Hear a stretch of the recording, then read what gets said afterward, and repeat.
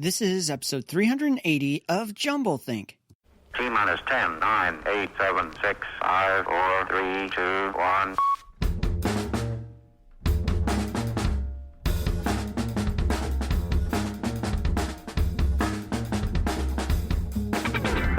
Welcome to Jumblethink, where we interview dreamers, makers, innovators, and influencers all about their journey of turning dreams and ideas into reality. Along the way, we're going to share some tips on how you can turn your own dreams and ideas into reality too. Our guest on today's show is NBA great Bill Cartwright. More about Bill in a moment. Whether you're a new listener or a longtime fan, if you've never subscribed to Jumblethink, now's the time to do it. Head on over to wherever you listen to podcasts, search for Jumblethink, and click subscribe. To make it even easier, if you head on over to jumblethink.com, you'll find links to Apple Podcasts, Pandora, Spotify, and more. So never miss an episode of Jumblethink and go subscribe to the show now. Now let's jump into today's conversation.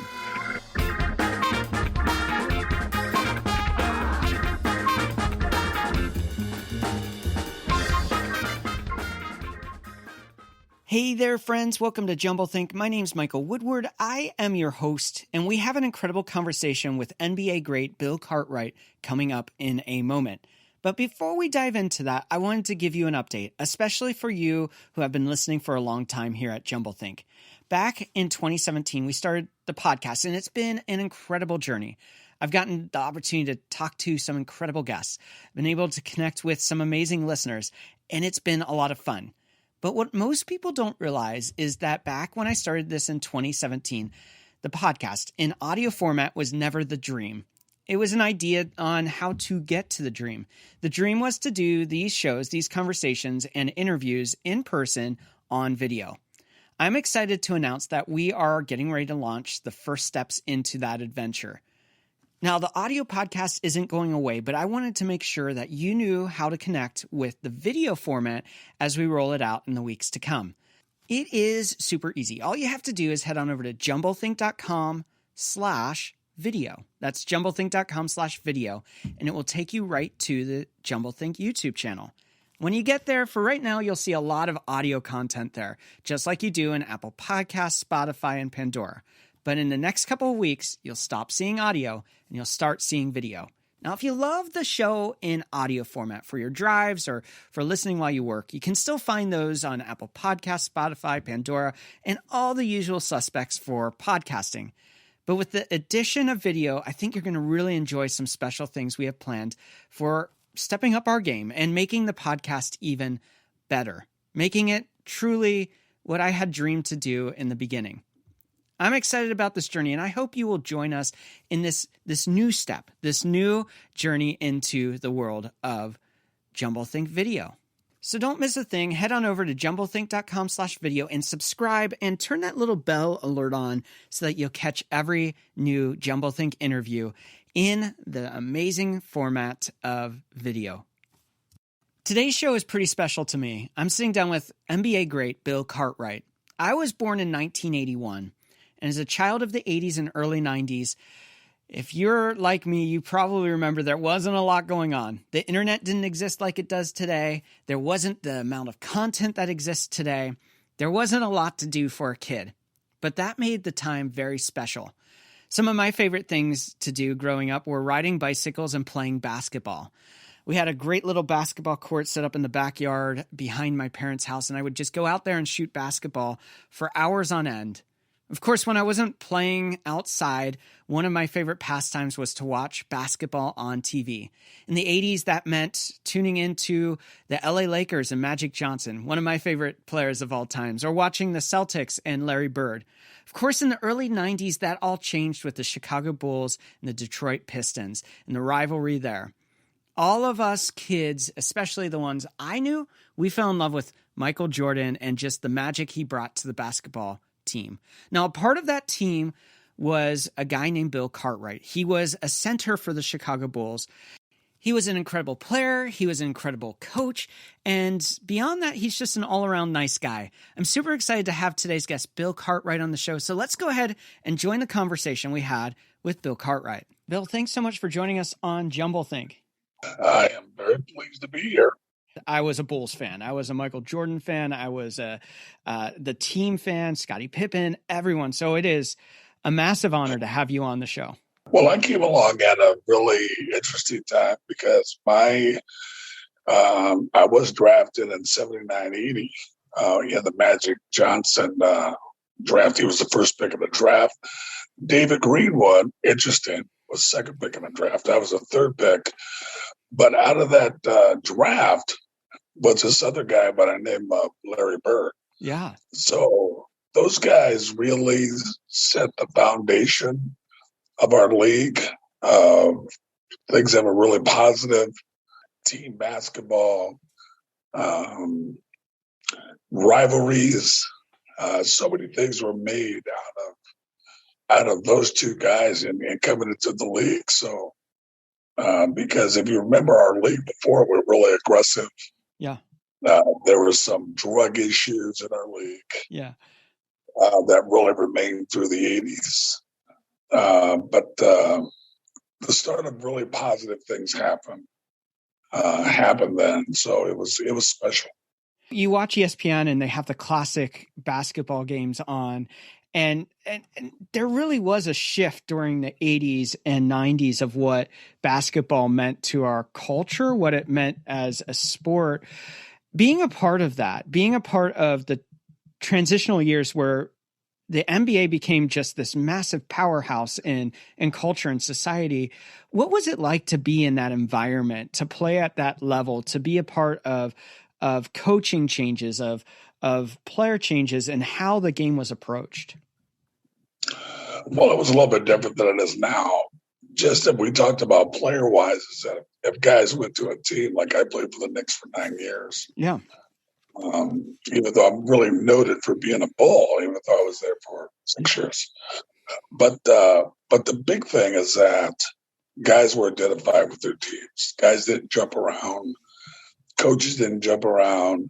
That was your team. And also your team had an identity to where you were a defensive team. You know, Lakers, of course, were always Showtime. Teams like them, Denver, Phoenix, those teams were scoring.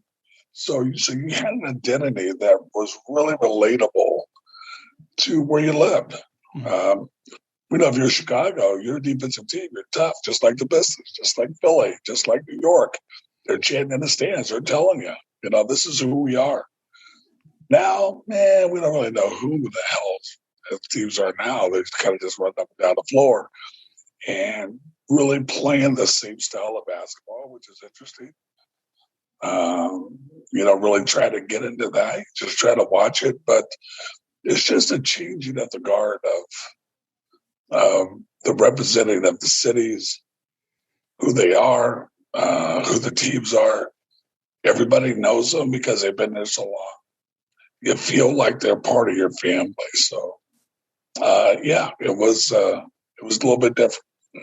Now, you mentioned that you played with the New York Knicks from 79 to 88. You played with the Chicago Bulls 88 to 94, Seattle Supersonics 94, 95.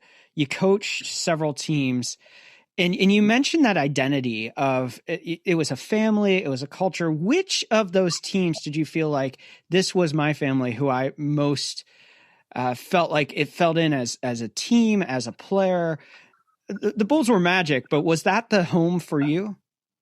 Well, sure, because think about it. It was the same ownership group, the same GM and his assistants, basically the same coaching staff, and basically the same core players for those 6 years, which is why they were pretty good.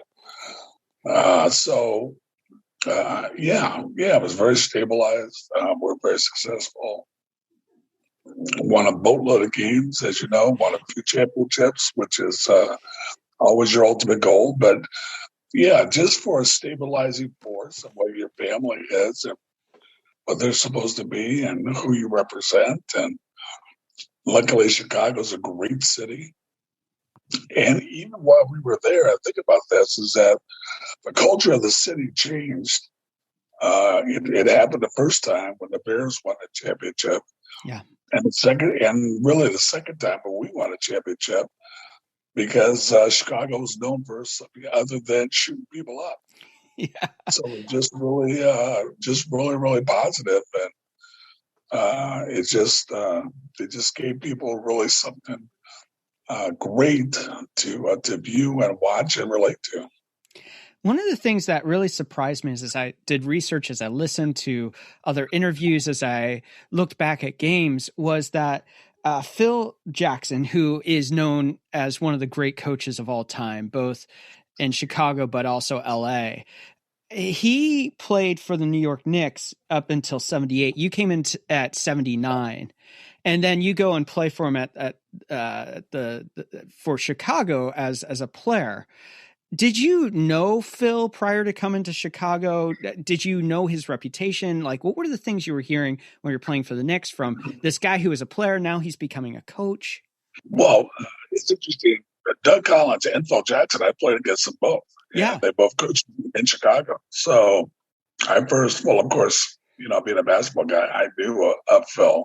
And Phil was actually, when he was younger, played baseball, played basketball, aggressive player.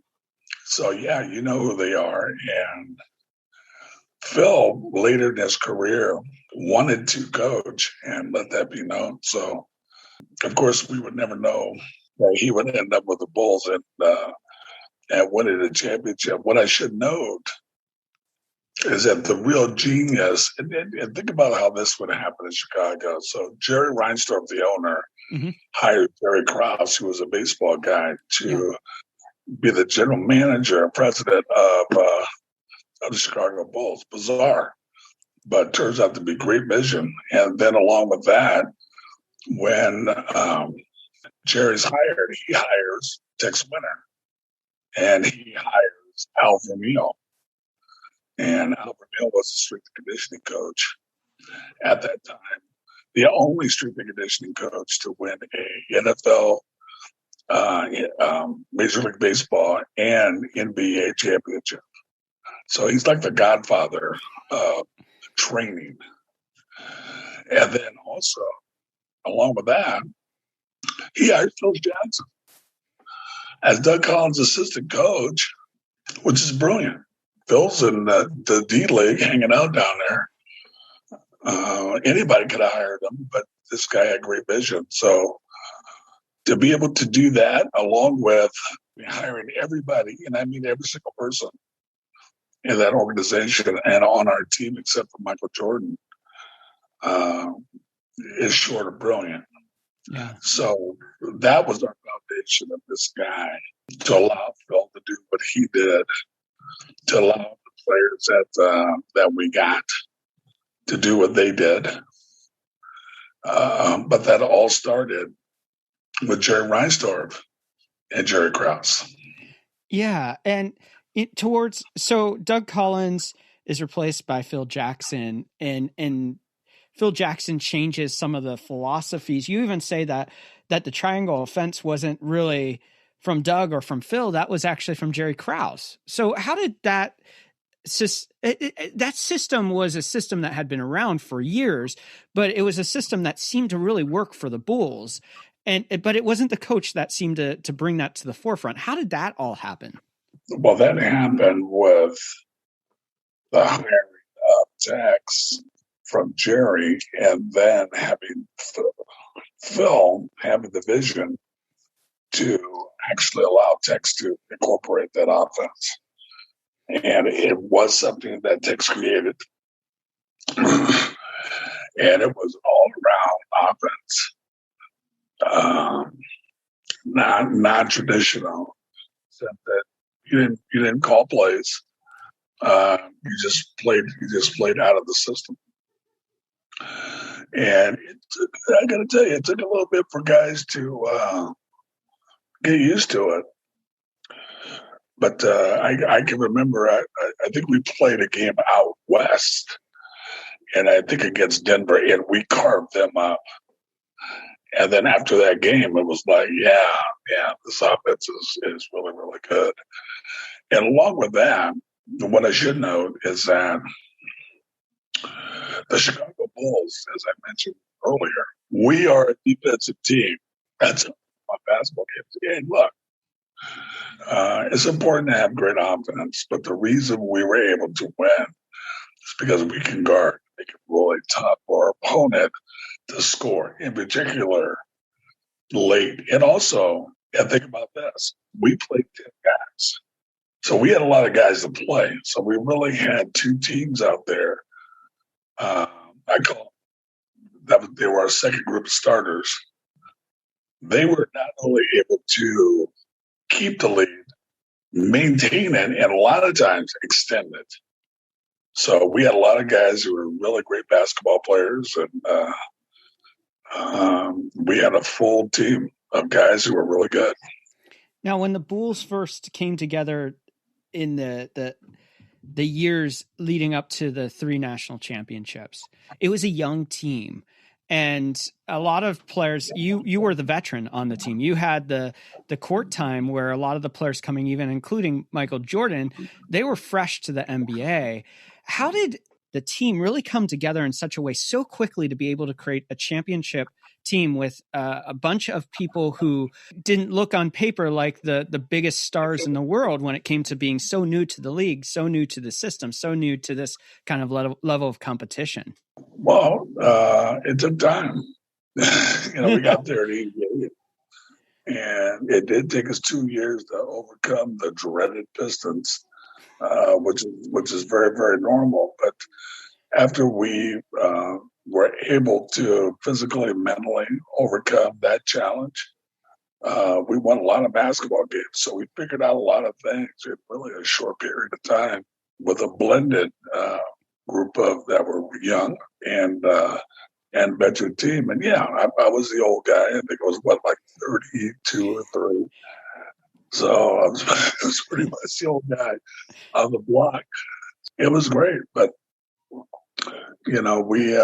we just had a great system, and I just think we were really prepared. And a big part of winning, because individually, when you're really young, you want to come in. Of course, everybody wants to play 48 minutes. Everybody wants to score. Everybody wants to be a huge contributor to the team. But at that point in time, our goal was not that; it was to win a championship.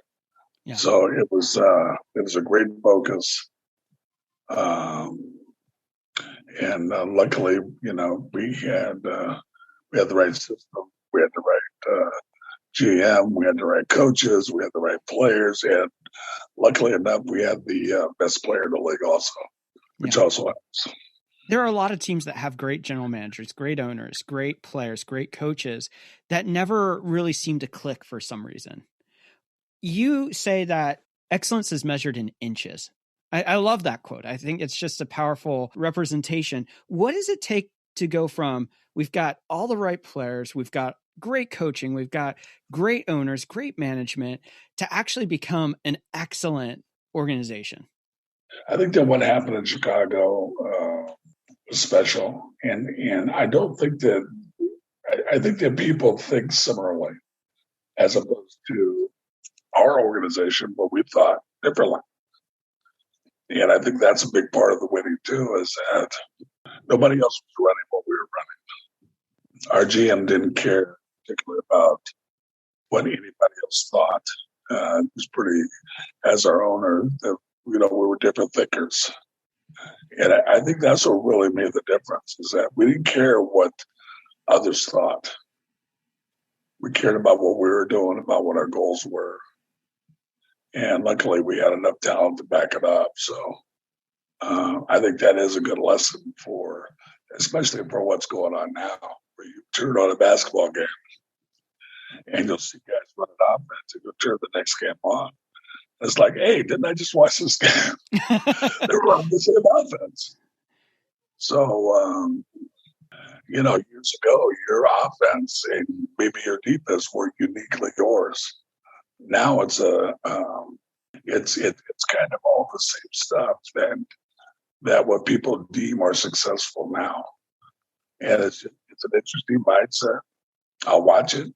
I don't like the technical part because I don't think it's very good, but I do love the fact that guys are more athletic now. They make more sensational plays, but the basic basketball stuff, no. Yeah. No, it just doesn't work for me. We'll be right back to continue our conversation with today's guest, Bill Cartwright.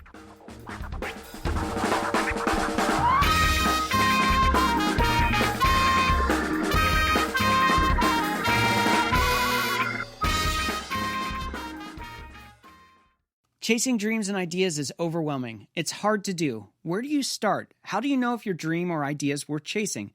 Will you like doing it?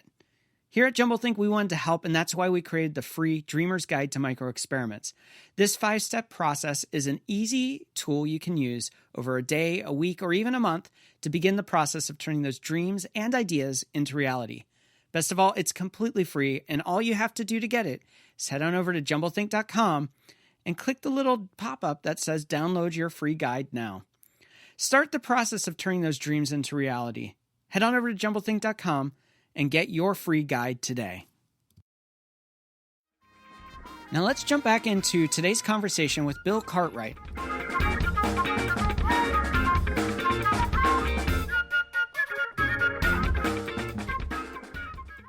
Everyone that loves basketball, for the most part, saw The Last Dance, which, of course, was highlighting Michael Jordan. And there's a lot of perception on what the team dynamics were, how the team operated. Growing up as a kid watching the Bulls, I can vividly think of riding my bike around the neighborhood, coming home, walking down to the basement, turning on the TV, watching the games. And there was this larger than life Michael Jordan persona that we all saw and we all bought into. And The Last Dance showed a lot of the dynamics behind and a lot of the conversation about dynamics between team members. I'm sure that there comes a point in which you're kind of just like, another Michael Jordan question, but what was the dynamics like from your perspective? Well, it was none of that garbage you watched.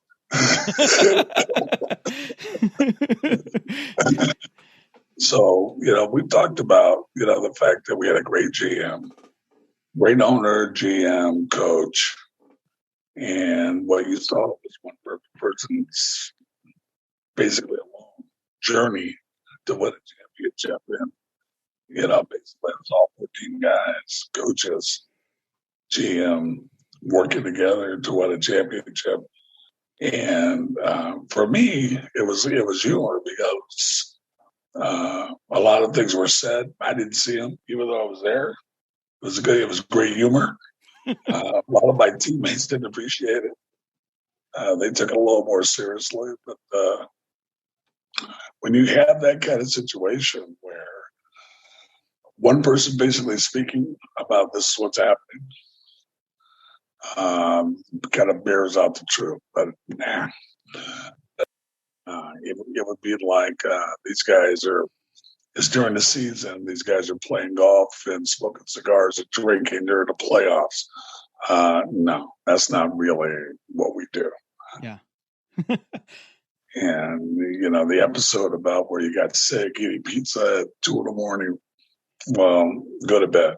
So it's like, no, we don't really do that. We responsible people, we get ourselves ready to play a basketball game.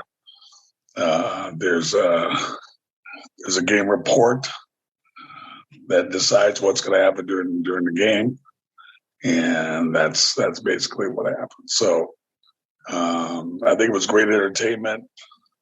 I think people got a chance to see maybe what was going on, maybe on the bus, maybe some inside stuff. You could enjoy that, but the basketball. But it is what it is. And look, why take it so seriously anyway? This happened over 20 years ago. Yeah. So it's like, what does this mean? Really nothing. It's just entertainment. It's a good reality TV. So many people that you've played with, coached, are there players that you still just feel like, wow, they were underrated because of so many large personalities that should have gotten more credit, that should have gotten more exposure, that you just look at them and you look at them and say they were on fire and people missed it? Well, that's really hard to say because, our guys, maybe you talk about some of the old guys that people don't know that I played with in New York. People talk about Bernard King, or my first teammate was Earl Monroe. I went to be able to play with him, and Marvin Webster, to be able to play against Wes Unseld and Elvin Hayes and Phil Schneer. I got a chance to play against Artis Gilmore and Bob Lanier. I caught Kareem at the end of his career. That was a really big challenge. But I remember there was a guy, Mike Mitchell, who played at Cleveland, who was an incredible scorer. It's like, I told people that now. I was like, who's Mike Mitchell? So, and I played against Mike Glenn, who was one of the better shooters. He went to Southern Illinois. He was a Saluki. But man, that guy could really stroke it. So it's just all those guys that people haven't seen were really, really good. Great. I was fortunate to play against two of the better shooters ever in the NBA with Trent Tucker and Craig Hodges. If they still play, they'd be one of the better shooters now. But if you didn't see them, you really missed something special. So our guys are great. Great 3-point shooters, great players, great passers, great overall basketball players. There's too many to mention. Now, you have been successful both as a player and as a coach, and you made that transition coaching as an assistant coach at the Bulls, again, and winning more championships while you were there. Talk to us about the dynamic and how you approach the game differently as a player versus a coach, and how that were there things that you learned as a coach that you wish you would have known as a player? Yes, I wish I could have coached myself. I'd have been a hell of a lot better. Just to be able to break yourself down and really see and analyze yourself and analyze other athletes, because guys are pretty dogmatic of what they're going to do. So if I took post-ups of you, I would have a great idea of what you're going to do. And then now I can do that for myself. And then now I can train myself. And now I could kind of analyze and see what I'm going to do. And what you find out as a coach, believe it or not, you're more tired as a coach than you are as a player, because you're trying to not only evaluate, your team, but you're trying to evaluate everything and in every way possible to get an advantage to win that basketball game. So data is extraordinarily important. And also what you find out is you become really addictive to the fact that you just watch endless amount of tape to try to gather that data and try to give yourself an edge. It's the ultimate chess game. So it's just a lot of fun. And also, we're being able to work with Phil and Tex and guys like Johnny Bach, and then later on Jimmy Clemens, and then Frank Hamlin, and that group. Wow, that's strong, because that's a lot of basketball. That's a lot of knowledge. That's a lot of great thought going on. And when you have somebody tell you this is why we're doing what we do, and it makes sense, strong. So it's just a really great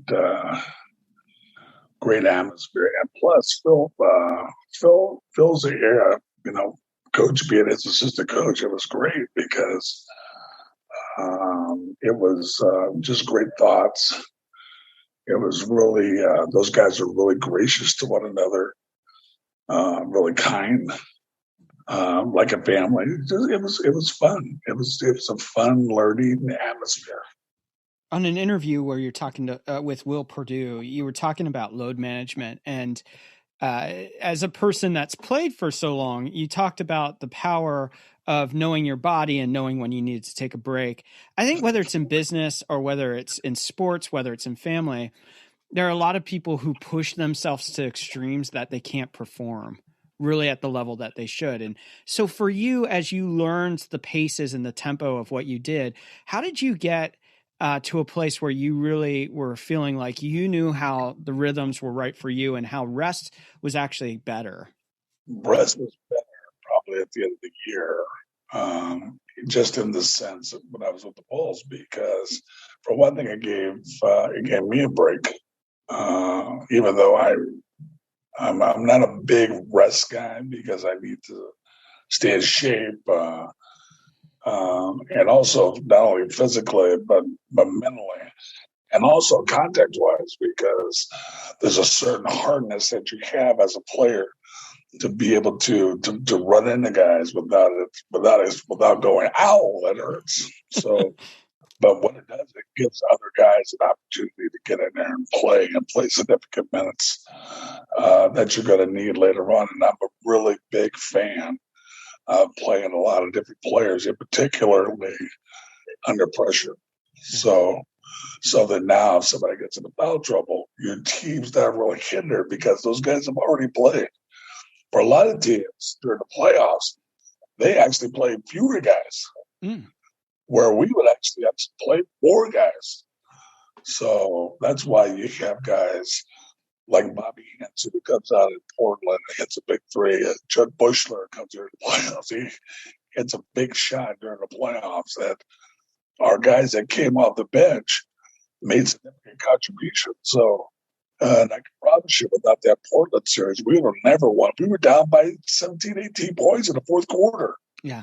And that second group of starters brought us all the way back and allowed us to win that championship. So I'm just a really, really big fan of those guys. Yeah. You've been an elite player at multiple stages. You've been an elite coach.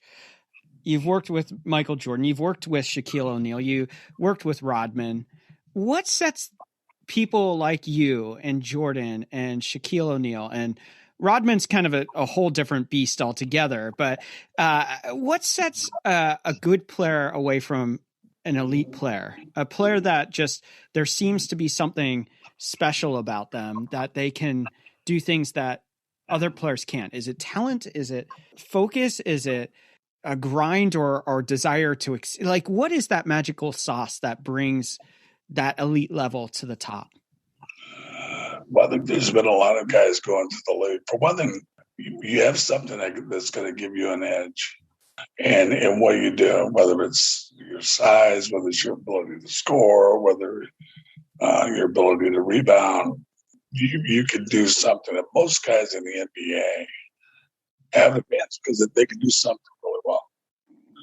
So, and the other thing is, hopefully, this is so weird, you better be on the right team, because you can have guys who are extraordinarily talented, but if your coach doesn't have the same vision of who you are, it could make it really bad. And think about this: when we got Dennis Rodman, he was in San Antonio. You remember he had this incident on the team where everybody was upset because he took his shoes off. Yeah. During, when he came off the bench. And for us, it was laughable. It's like, don't worry, he'll put it back on. So my point is that Dennis can't play on everybody's team. Now, when we got him, we knew there was going to be some issues. And then there was, I mean, he missed some practices, he was late, there's a few issues, but for the most part, the guy played the game. He was amazing. So, coaches wise and team wise, we were able to see past that and allowed him to be who he was. And I would say he probably had a similar situation when he was in Detroit, that they were able to manage him, but nobody else was. Yeah. So it's just always, you got to be a little bit lucky. You got to be talented. You got to be a little lucky. And you've got to have great teammates. So we're fortunate to be in all those situations. It's funny when I was with Shaq in Phoenix, that dude was awesome. He was awesome. And I asked him one thing. Of course, he was a veteran. I wanted him to shoot left-handed. And And during the course of the year, he did that, and he dunked it left-handed, and he's hilarious. He's running down the floor, looking at his left hand, just like laughing, like, "Hey, I scored left hand." But that dude was a really, really hard worker. He would come back after practice and get some sit-ups in, or do whatever he had to do to get himself right for the next game. So I really enjoyed my time with that guy, and but all those guys put time in, whether it's off the floor, whether it's summertime. There's a reason why guys are as good as they are, and it's not because they've been touched by God. A lot of them have, but it's because of the work that they put in and the time they put in. That makes them great. One of the things I love about you, and it's not talked about enough, but is that you've had success both on and off the court. You've been married for a long time to your sweetheart growing up, and you have 4 kids. You hear about players that just kind of, they don't find purpose. They don't find significance off the playing field, whatever that playing field is for them. How have you been able to continue to have outlooks of success? You also are the director of university initiatives at University of San Francisco. So you are doing other things now. How are you able to keep that momentum of what really matters and what's significant both on the court and off the court? Well, luckily, I have found somebody that's going to put up with me. So that's 41 years. Yeah. And because, I do have a lot of interests. And, and I always tell people this all the time, it's that, everybody's a pain in the ass. The difference is I know I am. So if you don't think you are, wake up. You are. So it's just understanding yourself and understanding, what you want to do, and hopefully you have a partner that's going to allow you to do that. And she loves, the domestic part of it, and spends a huge amount of time with, or did with our kids, and I was able to fill that gap later on, and now we have 7 grandkids, but. It's just, just very, very fortunate to be able to do different things. And, we have a restaurant in Highwood called Froggy's. And I've been able to do some other things. And fortunately enough, our great president here, Father Paul Fitzgerald, allowed me to come back to USF and tried to share my journey with a lot of the other students, and I've been able to connect with a lot of our alumni here.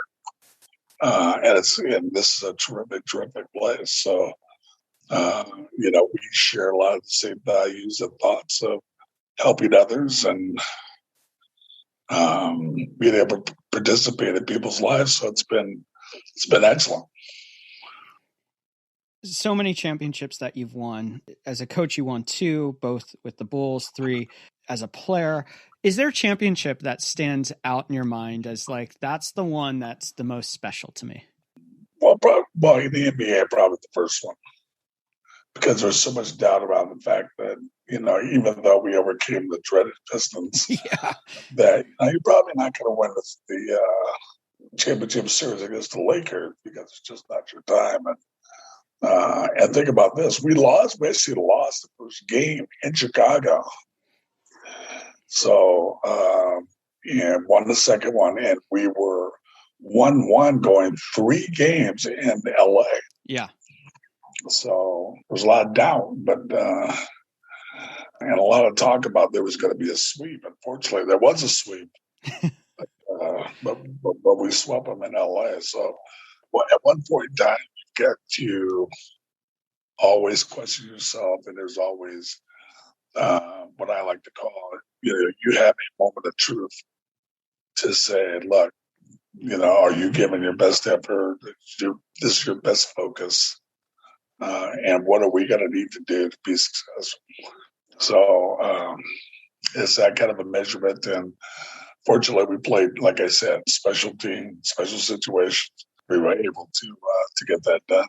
So cool. It's amazing to see how time and time again, team seems to be so important to the secret sauce, and that it's not just one individual. It's not just one coach. It's not just, but it's that secret sauce of it all together. For you, as you look back over your career and you see all of the different special moments, the highlight reel, and you go back, there's got to be some times when you look back and you see the not so highlighted reel and you go, I wish I would have known that. I wish I would have been able to correct that. And you even talked about, as a coach, looking back and saying, I wish I could have coached myself. What would be the lesson that you would have taught yourself, the younger self? Oh, just about, some things you can't do anything about. Like when I was younger, I could really, really score, but I couldn't guard anybody. And it was just being able to have that knowledge. I was able to gather it, but after a lot of pain, and fortunately, I had some great teammates with Barbara Webster, Trent Robinson, that kind of guided me through and telling me, "Hey, look, dude, this is how you're going to guard here." And then to be able to get a scouting report on what players really do, because it's like, yeah, Rob Bears is turning the right shoulder probably 90% of the time. When Jack Sigmund does his move, just jump under him. So to be able to have that knowledge is extraordinarily important. And the other thing is just to kind of reassure yourself you're doing the right thing. And there's when I first started my career, I played in 164 straight games, and then I got hurt working out during the summer. I stepped on a little rock, and instead of, like you talked about, taking some time off, I kept running on it, and it developed into a stress fracture. Wow. And so basically that stress fracture, I got hurt in the middle of the season. I couldn't play. They diagnosed stress fracture. I came back after doing the right thing during the summer. And first day at training camp, I shot a hook. Boom, it broke. So I missed a year and a half of basketball. And that was a good test. I didn't want to take it, but I had Yeah. to be able to get through that point in time mentally, because at that point in time you're a little bit discouraged.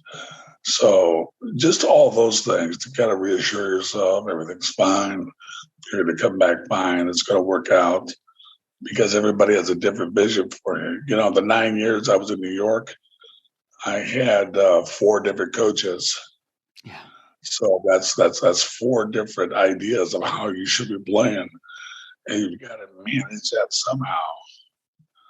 And that this is what this guy wants from me, so this is what I'm going to give him.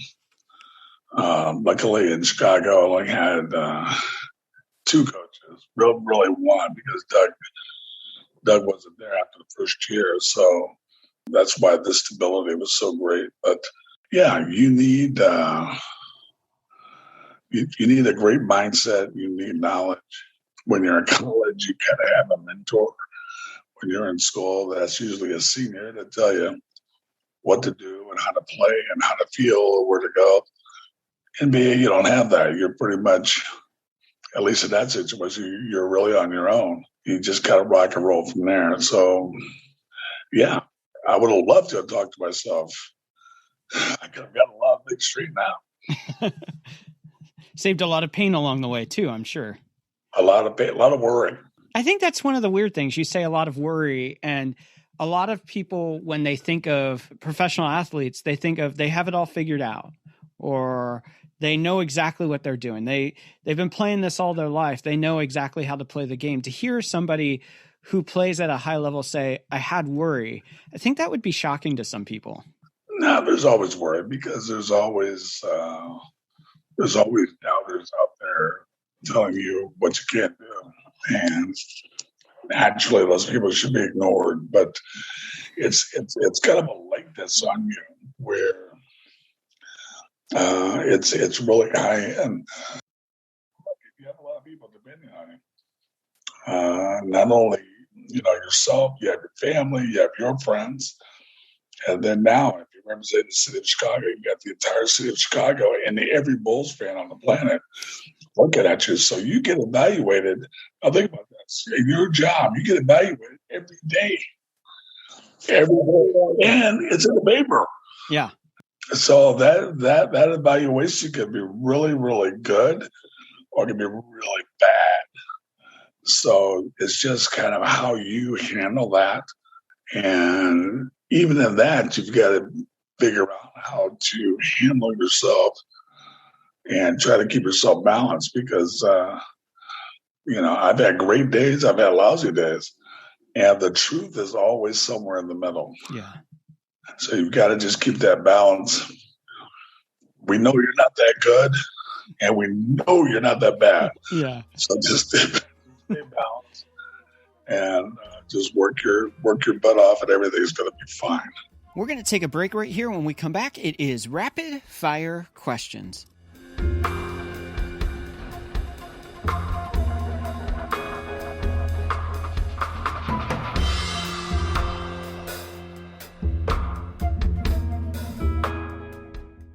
In the weeks to come, we have some incredible conversations lined up, and I don't want you to miss a thing. So head on over to jumblethink.com where you can find links to follow us on Facebook, Instagram, LinkedIn, and Twitter, and also subscribe to the show to make sure you never miss one of these great conversations. Now let's jump into rapid-fire questions. Levez seulement le bras pour mettre l'aiguille sur le disque. Mettez le contact, reposez votre bras et attendez. As we move towards the end of the conversation, we always do some rapid-fire questions. The first one being, for you, how do you define success? I've got success. I've got a great family. I've got great kids. Fortunately, I was blessed with great parents. So, my dad, who probably earned I don't think he earned 30 grand during the course of the year, that he's successful because I love being around him and he brings me so much positive energy. So, that's about it. What is one book you think every dreamer should read? I don't think that. Now, this is going to sound weird. Stop reading books. Write a book. Oh. Write a book about your journey and what you want to do and who you want to be and what the possibilities are. I'm a pretty harsh critic of books because it either goes one of two ways. They either have a great start or a bad ending or a bad start and a good ending. And I just think that once people realize there's a book in you, it's about yourself, it's about your family, it's about your journey. I think that's going to be a great book. So we love talking to people who have ideas and dreams, things they're reaching for. If somebody has a big idea and dream and they don't know where to start, maybe it's in basketball, maybe it's in business, maybe it's outside of that, what would you tell them to do to start? I think that's a really hard question because let me tell you a story. When I was a freshman at USF, I had an awakening because I had a conversation with these two guys, and I was telling the story. And we don't talk, but they were two little guys. And these guys started talking about being corporate CEOs and owning their own businesses. And I was thinking, are you freaking kidding me? These guys, those guys are going to be CEOs of companies. So I was thinking, if those guys can have their own business to be a CEO, then I can. And I think that's more to the point of the fact that you're not bounded by anything. I think there's more people bounded by their own thoughts. Yeah. Whether they can work in the States, they can work internationally, they're bounded in what they can be and what they can do, than thinking of what they're going to do. So it's just to be unbounded, shoot for the moon, land on a star. You can do it. Now let's get to work.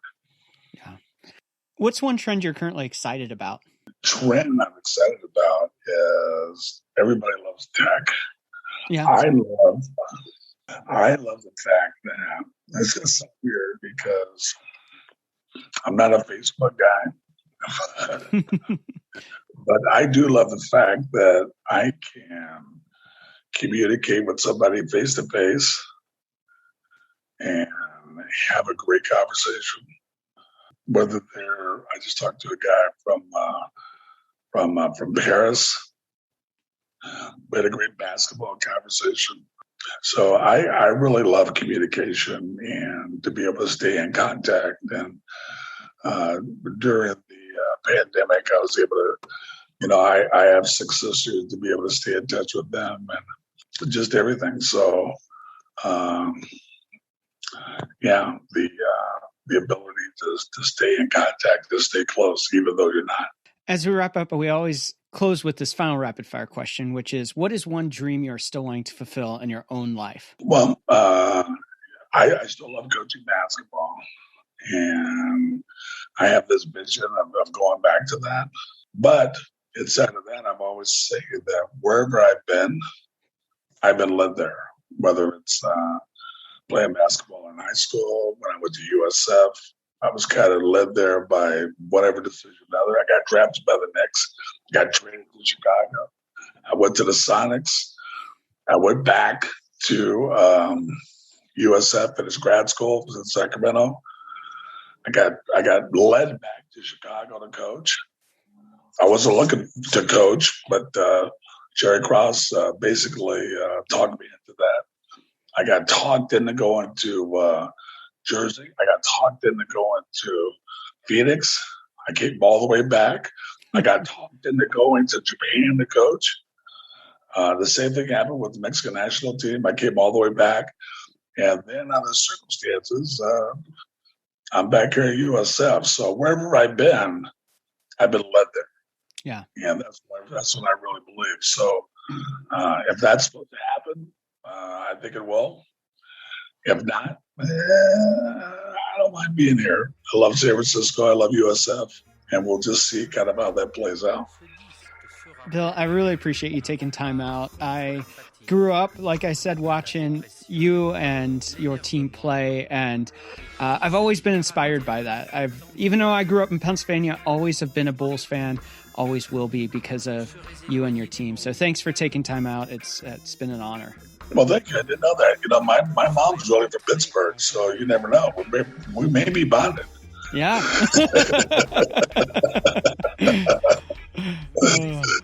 Once again, I want to thank Bill for taking time out and joining us here on Jumblethink. What an honor to have him on and to get to hear his stories. And I want to thank you for tuning in to today's conversation. Beyond just being grateful and thankful that you would listen to these conversations, I hope that these conversations spark something inside of you. A desire to see those dreams and ideas become reality. Here at Jumblethink, we believe a simple thing, that you are created for amazing things, that your dreams and ideas matter, that you matter. Now, I wish I could say that we could make all of your dreams, all of your ideas, all of your fantasies become reality, but that isn't reality. It takes hard work. It takes you stepping out. And I hope Bill's stories of his journey, his experiences, has helped inspire you on that journey. But now it's up to you. We believe you were created for something awesome, that you matter. So get out there, dream big, and change the world around you. Et les jambes légèrement espacées.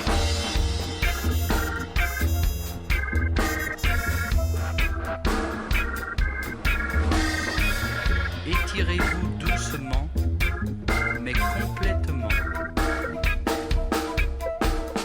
En avant, en arrière, sur les côtés. Vous êtes une autre personne. Les mères de famille, les enfants, peuvent également prendre un moment revitalisant. Dans quelques mois, lorsque vous aurez bien saisi la technique et que vous serez maître de votre corps, vous pourrez vous décontracter même en travaillant.